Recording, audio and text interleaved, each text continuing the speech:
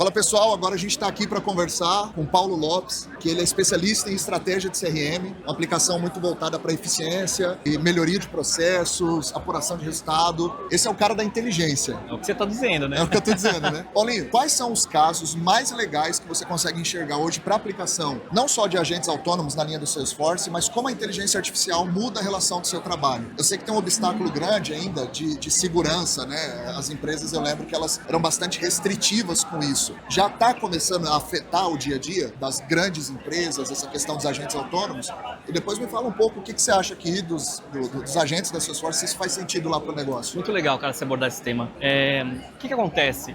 Essa geração ChatGPT, ela ainda é nova, né? Então a gente está tentando se adaptar com essa geração. O que acontece é que a gente ainda usa ela como se a gente usasse o Google, uma procura simples, né? E ele oferece muito mais que isso. Só que a gente precisa aprender a lidar com isso. E o que ele traz de aprendizado pra gente? É que você precisa saber montar prompts para você ter uma resposta interessante do que é uma inteligência artificial. O agente, ele funciona basicamente nesse mesmo formato. Só que ele precisa o quê? Ele precisa se basear nas informações para você poder criar um prompt e trazer as informações, os resultados que você precisa. Ainda as pessoas não sabem usar essa tecnologia. Uma tecnologia nova, as pessoas estão se adaptando a ela, né? Não tá tão difundido o uso da forma correta, do jeito que ele efetivamente nasceu para trabalhar. Me dá uma dica, o que eu tenho que estudar para poder extrair mais valor de agentes autônomos e inteligências artificiais, LLMs? Cara, você pode aprender com o próprio ChatGPT. Como que você monta um prompt para ele te trazer uma resposta que você quer?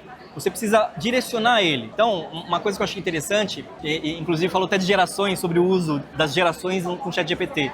Nesse estudo falava que as gerações mais antigas se adaptam melhor porque sabem escrever melhor. As gerações novas hoje escrevem tudo resumido. Tudo resumido, muito óbvio. Exatamente. Né? Então, a questão de você usar o ChatGPT, você dá um contexto para ele aprender. Ele não vai te dar uma resposta boa na primeira pesquisa. Tá. Você tem que dar contextos, poucos contextos, e aí ele vai aprimorando a resposta. Algo do tipo, tem uma técnica boa de você usar níveis. Eu preciso aprender como fazer um bolo de milho.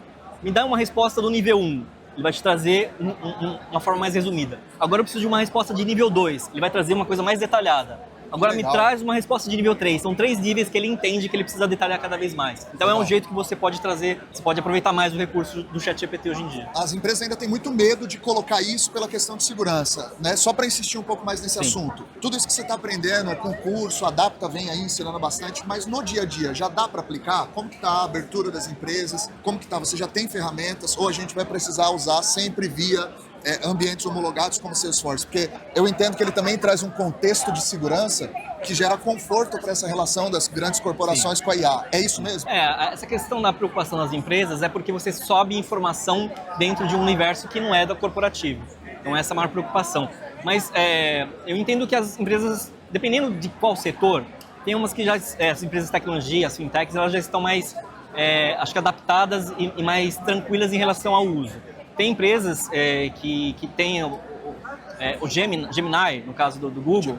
Se você é um assinante e você tem o Google dentro da empresa, fica mais fácil de você lidar com isso. Então, cada empresa lida dessa questão de auditoria num formato diferente. Quanto mais eles vão se sentindo confortáveis em relação às leis de proteção de dados, mais isso vai ficando comum ao uso dos funcionários internamente. Legal demais. Tem algum case prático lá já que dá para aplicar no dia a dia?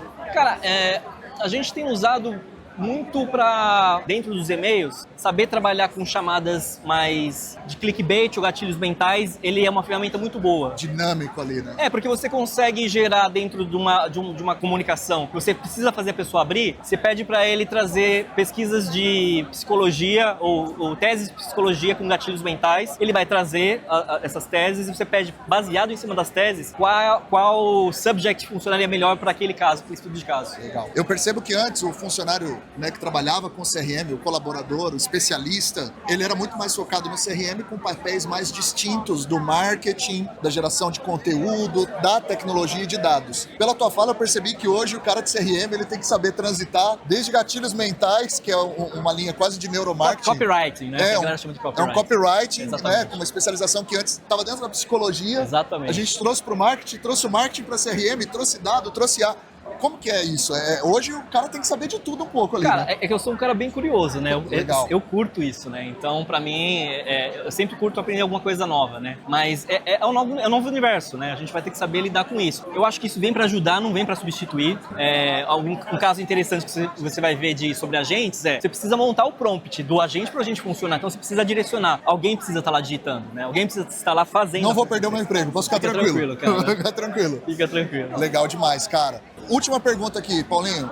O desafio hoje é mais técnico ou é mais estratégico quando a gente está falando de IA? Porque agora eu entendo que desafios técnicos são superados com maior velocidade. Sim. Isso traz um peso maior para a estratégia ou ainda o lado técnico tem o seu desafio? Tá, vou dividir em duas partes. A primeira o técnico existe sim, porque para você implementar uma ferramenta igual é o Salesforce com agente e Data Cloud funcionando, existe um desafio técnico que ele não é só técnico de implementação, mas é técnico de entender o ambiente que essa empresa está hoje para poder modelar as informações do jeito que precisa ser modelado para dentro do agente, do Salesforce. Perfeito. Via Data Cloud. E aí o desafio de você entender a ferramenta, que é você ter implementado, como que eu uso. Então acho que são dois momentos diferentes, tem lá seus pesos, mas acho que o técnico ainda pesa um pouco mais porque ainda é algo novo. Legal, bom demais. Paulinho, obrigado pelo seu Querido, tempo, irmão.